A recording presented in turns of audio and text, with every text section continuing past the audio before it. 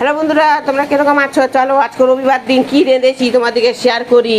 আজকে দেরি হয়ে গেল, 2টো বাজতে যায় ভাত খেতে। আজকে সবাই বাড়িতে আছে তো, এই জন্য এই যে সাদা ভাতের এক হাঁড়ি ভাত, আজকে সাদা ভাত দেখো রান্না হয়েছে, কেউ খায়নি। এবার এই যে ভাত বাড়বো বলে বসেছি।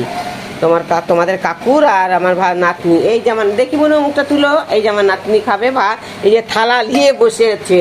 এই যে ছাগল মাংস করেছি, ছাগল মাংস নয়, এটা মাথা করেছি।